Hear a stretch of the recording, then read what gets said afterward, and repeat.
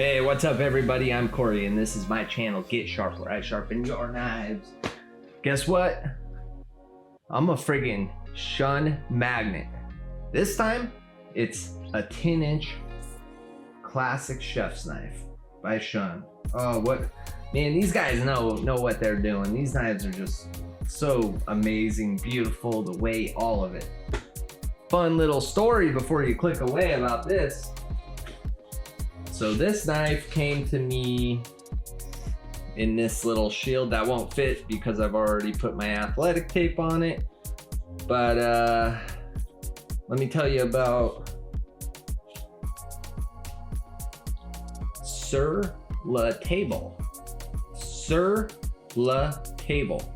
It's one of these like kind of fancy high-end, you know, kitchen retail stores. You can get all your cookwares, you can get your knives, your silverware. You know, if you got money and you need to spend it, they got what you need, kind of a spot, right? Well, they offer sharpening services. So my client grabbed up his kitchen knives, ran his ass down there, and said, you know, I need these sharpened. And hey, could I watch? He's interested. He loves knives. He's from what I learned, he's really into like knife work in the kitchen. I don't know nothing about all that, but anyways, I respect it. I've seen what these guys can do. It's incredible. So that's his kind of his hobby, right? So he's like, hey, can I watch you guys sharpen? He probably wants to learn or whatever. They told him no. So he leaves, he comes back, and he gets this.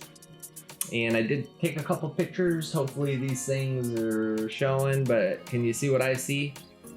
There's still a bunch of chips. Shuns, they are infamous. I don't know if that's the right word, but they are, infamous for getting chips. This is super hard steel. So when you hit something you shouldn't, a little piece of steel is gonna chip off and it's gone.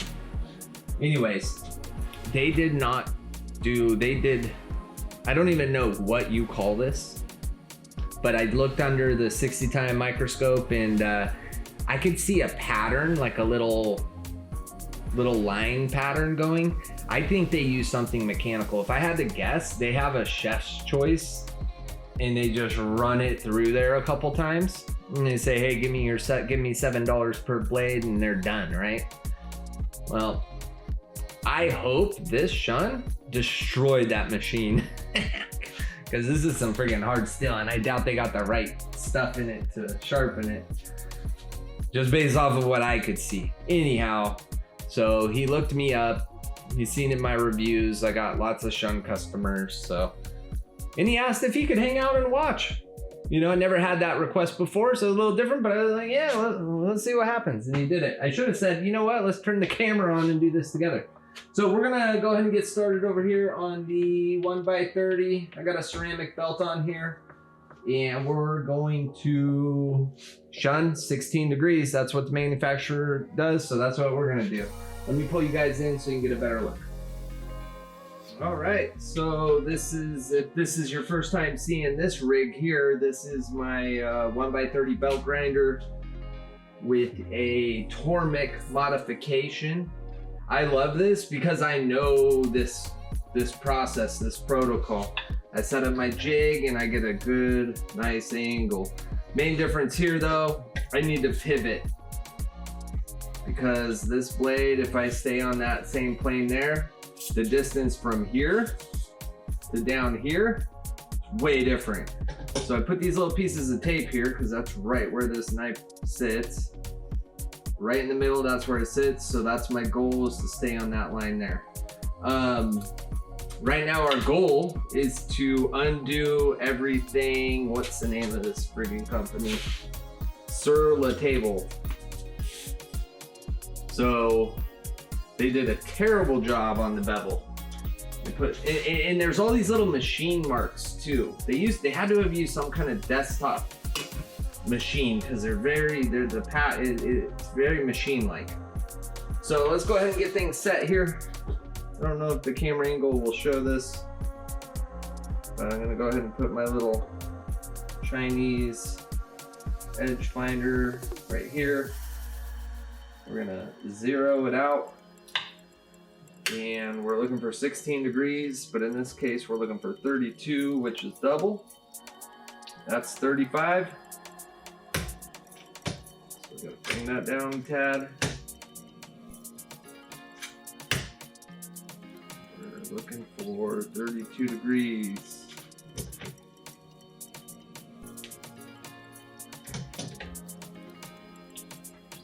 .1.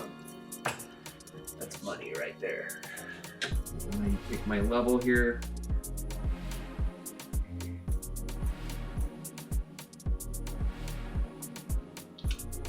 Okay, that's level. Let's just double check. 32. 2.3.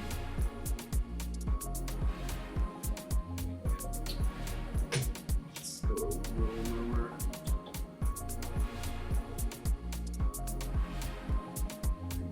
1.9.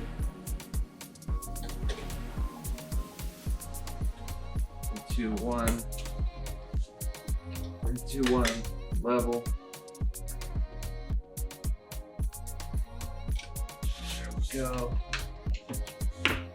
There we go. There we go. There we go. And 32. So it's bouncing between 32.1 and 31.9. It's weird. On some of the numbers here, it will not hit directly on it, like 12. It will not go to 12 degrees. I don't know what that's about, but kind of sucks, is what it is. Got our tape here.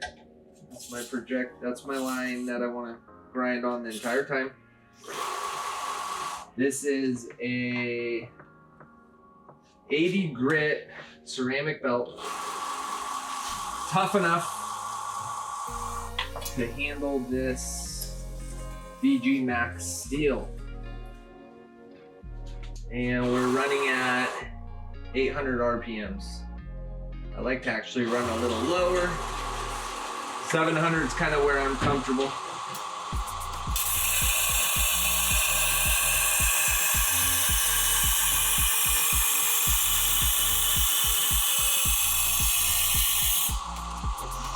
Okay, I just made a big mistake. Not a big mistake, but I made a mistake. I lowered, so I put this tape up earlier because I was just gonna jump to it. But I need to move it now because I lowered the jig.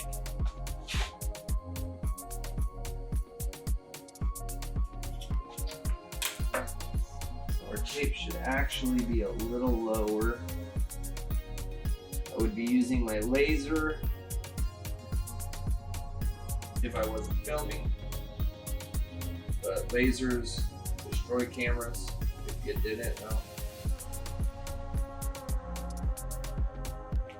But those trains, man, they're active today.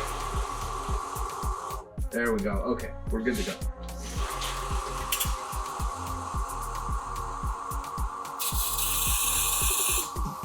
No, almost good to go. I need that tape lower. Kind of hard with these damn gloves.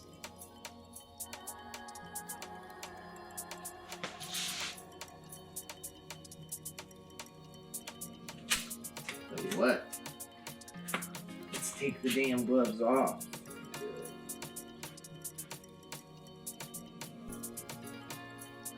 Okay, that piece is good.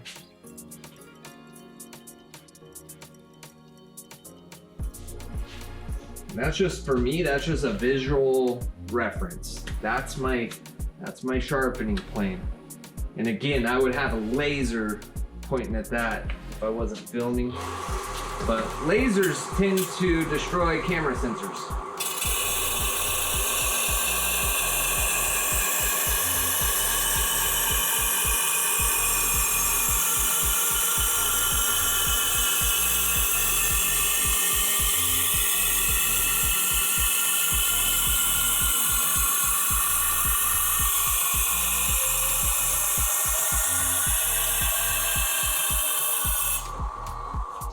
I don't know if you noticed that, but put my tape too low. Oh, there's my old mark. Right there. And is this step required? No, absolutely not. I'm neurotic. Every knife, oops, see, I moved it. That's probably what happened last time.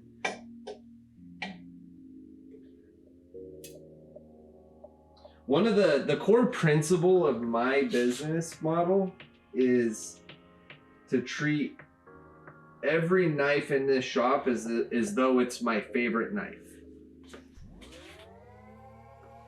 So I am gonna take the time to perfect every little detail. I mean, if you can control something, why wouldn't you? You know? Okay, trying to reconnect my phone so I can see what the hell is being recorded.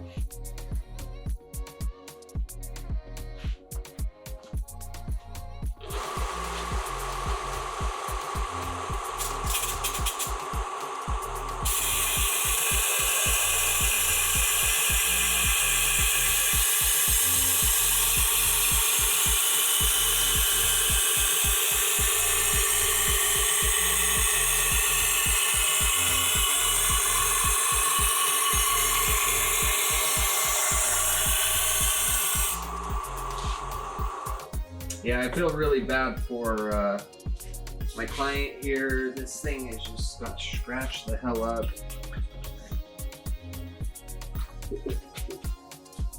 No fault of his own. I mean, you go to a fancy store like that and they offer knife sharpening services. If I didn't know any better, I would sign up too. $7, let's do it.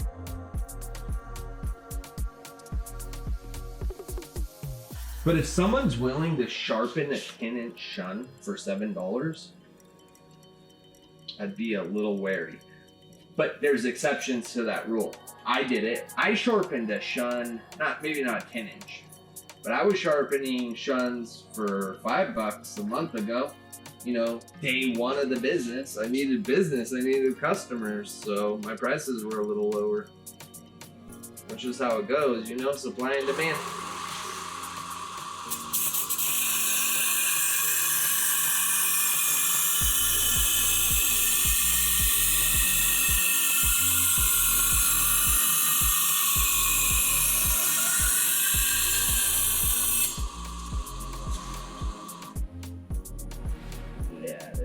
This is looking good, way better. I don't have to do a ton of grinding. The chips aren't super deep, but there's a few of them.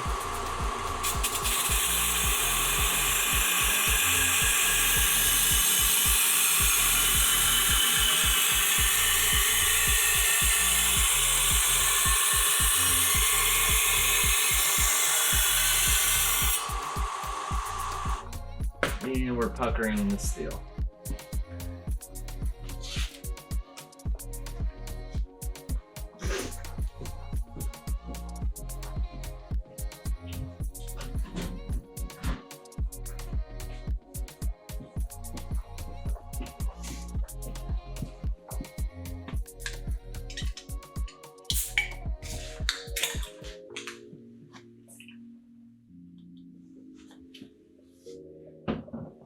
I'm kind of tempted to go visit this sur la table with my own knife. Or I don't know. I was thinking, I was like, maybe I should like let the manager know that your sharpener's just pretty much destroying knives. Not good for business. Like, think about that. You're selling high-end kitchenwares. And then, you know, and these people have lots of money in that area where it's at, Kirkland, Washington. That's a very, very high-end area. Very expensive real estate. You got all these people with wealth walking through your store. Hey, let me get my knife sharpened, and you do a trash ass job.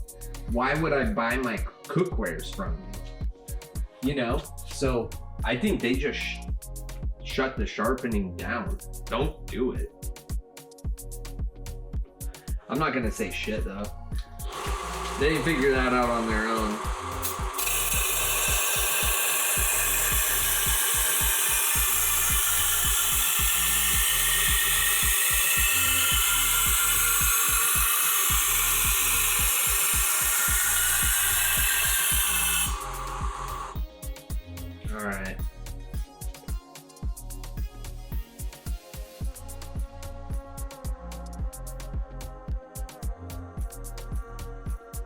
looking good. Yeah, I'm happy with that. So now that the chips are gone, it's time to graduate up to, let's go 120. And we're gonna start minimizing the size of this burr.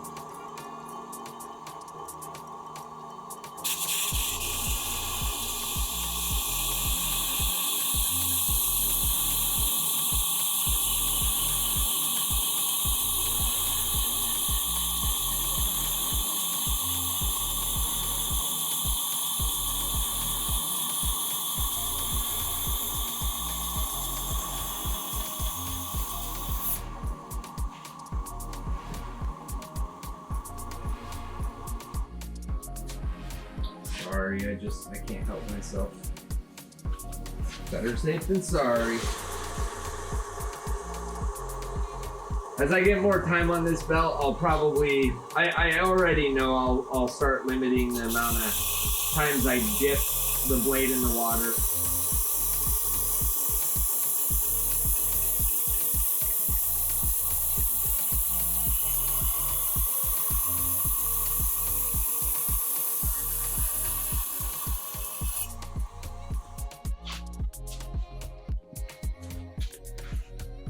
But hey, who doesn't like some ice cold water?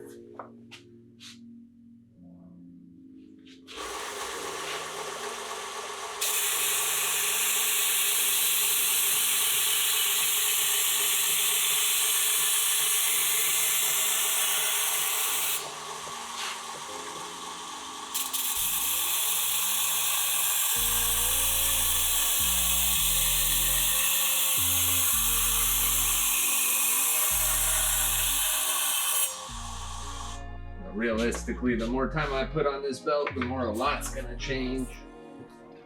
This is probably, what, my 15th knife, something like that. Not like the Tormek where I've got hundreds, if not 1,000 hours on it. I can't tell if this is new or not, but this might be a new belt. Backside looks extremely clean. All right, so from ceramic, now we're on silicon carbide. I'm gonna start on my weak side. I'm trying to get in that habit.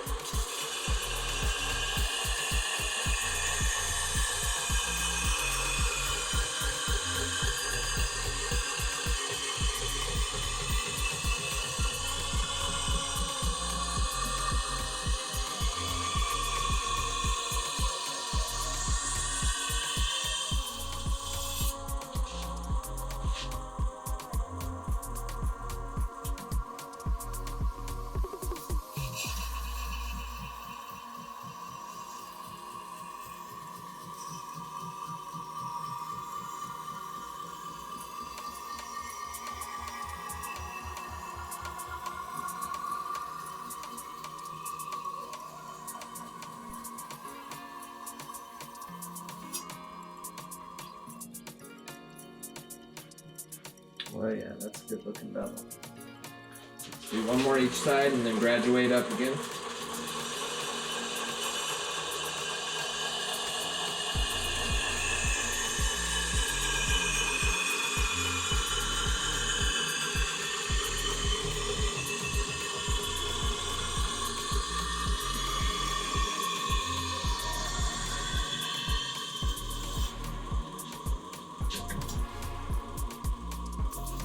One of the reasons I gravitated towards silicon carbide is because of its heat resistance.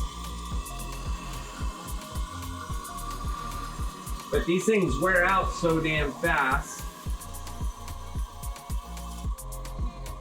I've got a diamond belt, and I'm in conversations with another company that supplies aerospace industry. They're actually a client of mine, and I asked them if it was possible for me to get my hands on a 1x30 belt, and it sounds like they can, or it sounds like it's not too big of a deal, and they can make that happen for me. So that'll be interesting, because the belts they use in the aerospace industry look nothing like any belt I've ever seen ever. And I've watched a lot of videos.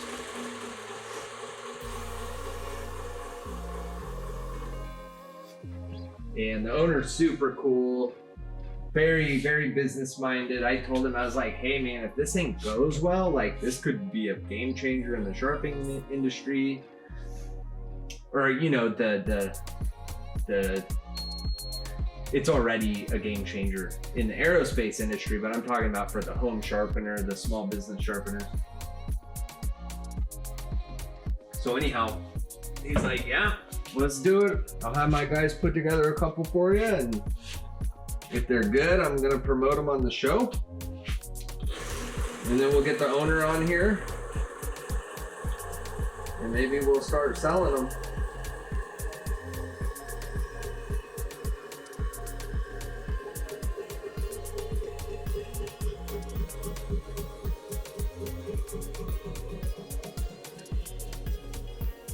The best way I could explain these belts is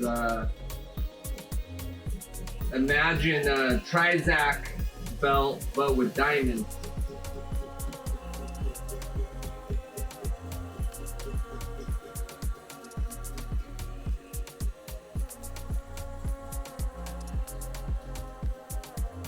Then once I get a hold of that belt, I'm gonna need a lot of Shuns, a lot of VG Max.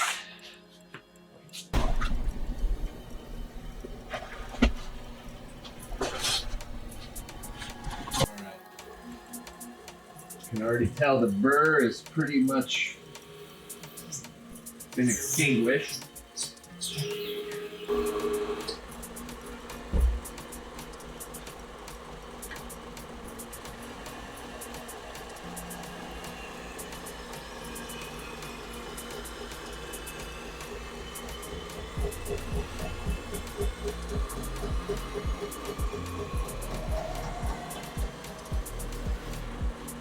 Oh, what a day. I'm so happy right now that this gave me these results. It's been 2 weeks with that belt grinder, and it's been a bit of a struggle. I see everyone online just doing it freehand. I don't get it. I don't know how you can freehand someone's $200 knife, $300 knife on that thing. Like, I don't know. We're all different, I guess. I was thinking today while I was sharpening, when I was in my early 20s, I had just gotten into the banking business and everything was so new. And I remember I had taken a customer, you know, someone that came in a lot, and convinced them that it was a good idea to sit down with our financial advisor to talk about retirement. Because this guy, I know this client to this day too. I love him. Anyways, I introduced him to our financial advisor, knowing he had no like game plan for retirement. He was winging it, you know. And it was good for me because I think at the time I got like $25 every time I set someone down with him. I miss those days. I wouldn't be here right now if that was still the case. Anyways, we sit down, they start diving into everything, and it was really easy for the financial advisor because the guy had no plan at all. So he was able to deliver a lot of value in presenting a plan. I learned later in life from another great banker by the famous Edwin Yang. Edwin, if you happen to see this, you were one of my favorites of all time. Mr. Edwin Yang used to always say, price only matters in the absence of value. That was his mantra. So if someone said no to you, it was like, where did I freak up on the value, right? I didn't add enough value. And anyways, so our financial advisor does this plan, and the client says, yeah, we need to move my money out of the savings because it's doing nothing. Let's put it in this fixed rate annuity. I know annuity might make hairs stand up on the back of your neck, but before you make any assumptions, go ask ChatGPT or whatever AI you're using if fixed rate annuities deserve the rap that they have, okay? Now that we're past that. When it was all said and done, there was like 3 annuity options. And one of them had a really, really healthy commission on it. I wasn't getting any of that, but I knew at the time that the financial advisor could have made like 3 times more had he sold that one. And so the client leaves, and I say, I'm gonna make up a name because I don't want to drop his name. Aaron, this annuity would have paid you 3 times more than the one that you pushed. Like, why did you do that? And he said to me, well, I'm working towards retirement.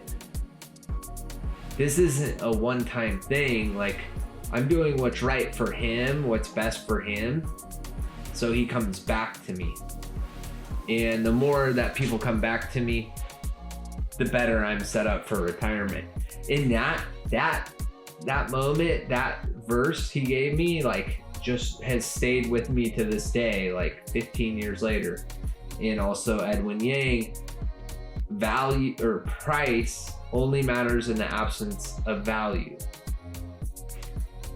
And that's what we're doing here today, you know, taking our time and making sure our customers see the value so they come back again.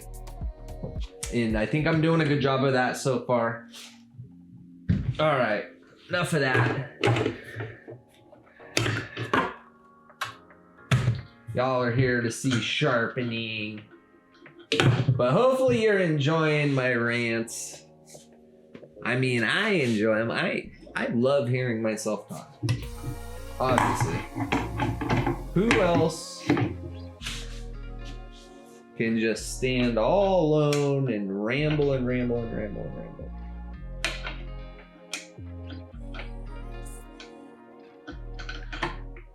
It's pretty cool though with YouTube. Like, I think today I saw like 8,000 people have viewed my videos in the last 30 days or something like that. Like, that's crazy. Not that everybody's hanging out for the whole show, you know, but still, that's wild. It's pretty cool to see this thing growing so fast. Let's swap this out for the... Isn't that cool to think about? Price only matters in the absence of value. What is your value? How do you add value? I'll tell you how I add value. I make razor sharp edges that will last. I've been so lucky too, like, I haven't had any bad customers. All of them. I had one in the very beginning of this business. Man, I was on the phone with this lady so much. And it got to the point where, I don't know what her deal was, but I got to the point where I was like, I don't even want to know this person. But other than that person, everyone's been so cool. Like, I don't know. Is it just like people who can appreciate sharp quality tools, because like not everybody will spend money to sharpen a knife, right? But maybe there's something about those who will. There's something special about them.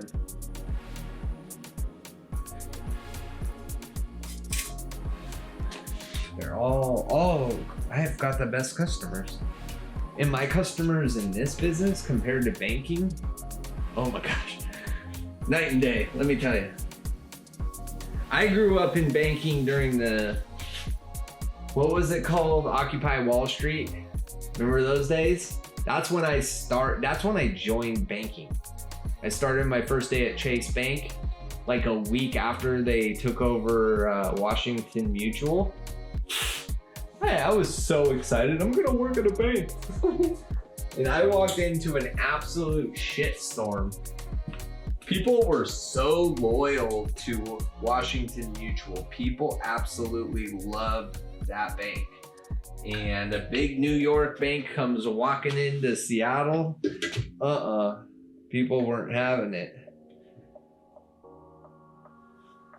Yeah, that was an interesting era for me.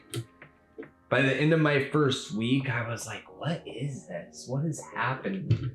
Why is we were getting paid $5 for every person we could convince to not close their accounts. I think it was like $5. And it was like, basically if someone walked in to close their account and you convinced them to not close it that day, you earned $5. That's one thing I loved about Chase Bank back then is, man, they paid us so well. I was getting paid $20 every time I opened up a checking account. I mean, I'd be pumping my gas on lunch. So I'd be working all day, opening accounts, and I'd go to pump my gas and someone would be within earshot of me and I'd be like, hey, how's it going? And you know, 2 out of 3 people engage you. Oh, good. Hey, I work up at Chase. Do you bank with us? Have I seen you there? Oh, no. Nope.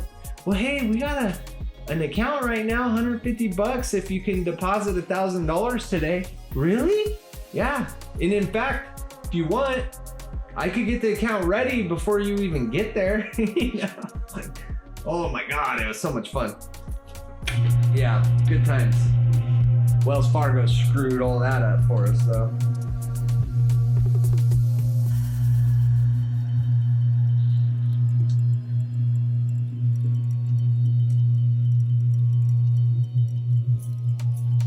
All right, let's finish this bad boy up.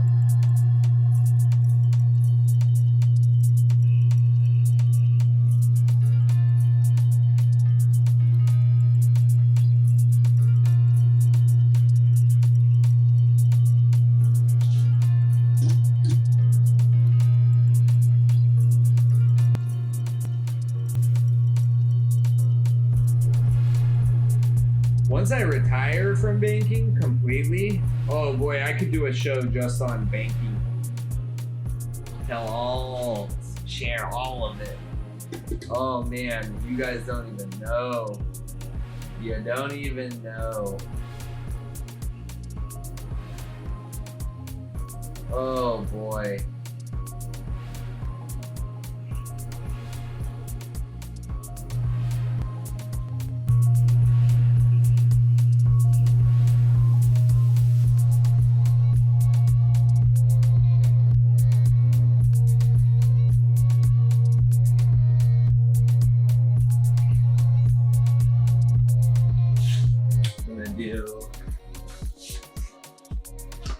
One pass with a new layer here.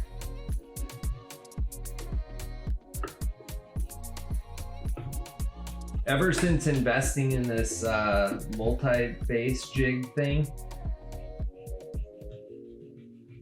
I've been using way less chromium oxide, way less honing compound.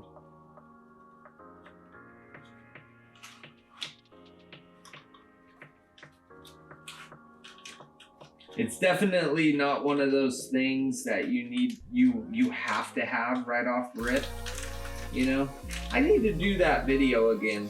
I don't know if you guys that are watching have seen that, but I did a video on like minimum barrier to entry on the Tormek. Like, here's what you need. Like, if you're gonna get one and sharpen well, like, you have to have these pieces, you know? And yeah, I don't think the multi-base would fall in that category. You don't have to have it, but man, I mean, it's I should make a video like once you've earned your first $500, here's what you should buy next.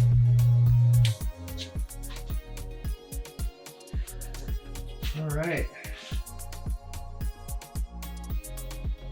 Do we dare to take the jig off now, or should we test it first? And do the 3-finger test. Oh, it feels perfect. I think we take it off, but we'll make some markers just to cheat code in case we got to get back on.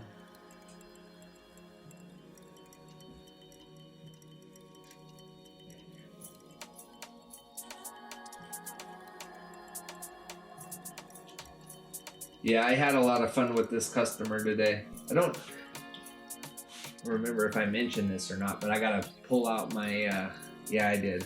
I gotta bring out my katana and show it to him.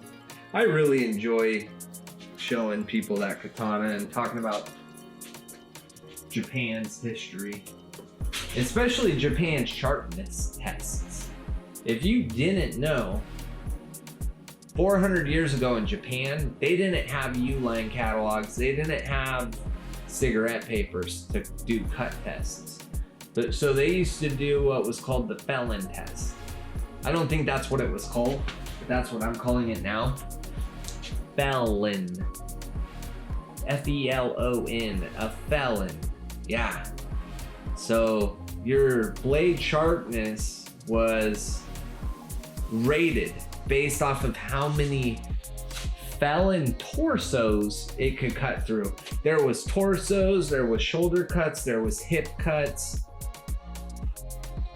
But yeah, if you come across someone who owns an old Japanese sword that has cut through 4 or 5 torsos in one swing, yeah, go buy yourself a house. Those things are friggin' expensive. All right, before we do this cut test, we're gonna go ahead and wipe the blade down. Leaning even more into my confidence. Meaning I'm not gonna have to put this back to work. This blade is retired. Oh, I hear a bunch of Canadian geese. That's not a good sign at this time of year. I was talking with one of my subscribers today, Fred B, who I learned lives in Austria. For some reason I thought he was from Michigan. No idea why, but he was saying like they don't have 4 seasons there anymore. It's just very like hot, like mild, cold, mild, warm all throughout the year. And I started thinking about it and I'm like, that's kind of like what we're going through in Seattle right now. The climate might be changing. It's definitely not warming, I can tell you that much. Not right now anyways. I wish it was warming. All right, we got a beat up U-line page here. But in the spirit of saving money, not for us, because they'll send you one for free if you ask. And by the way, U-line, in case you're watching, my wife's business spends like $3,000 a year on you guys. And we have an order coming up. Like I need to jump, I help her with them. I'll probably be getting some stuff for this too. So don't hate me on this. But in the spirit of saving you line some money, I'm not getting a fresh page. Keep using this one.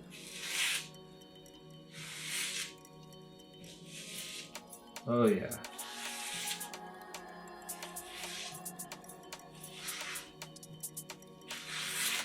I don't mean to keep having those little pieces fall, because I hate bending over to pick them up.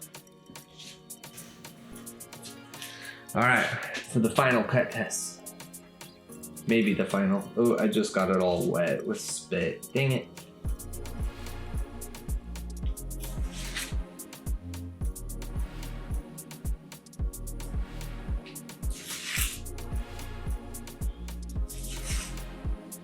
Ooh, I like that.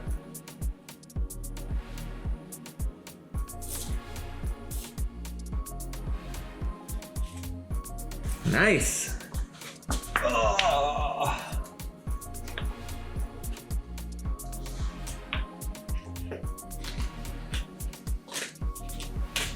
Take two. This shit is sharp. Man. Sure, this is. You hear that?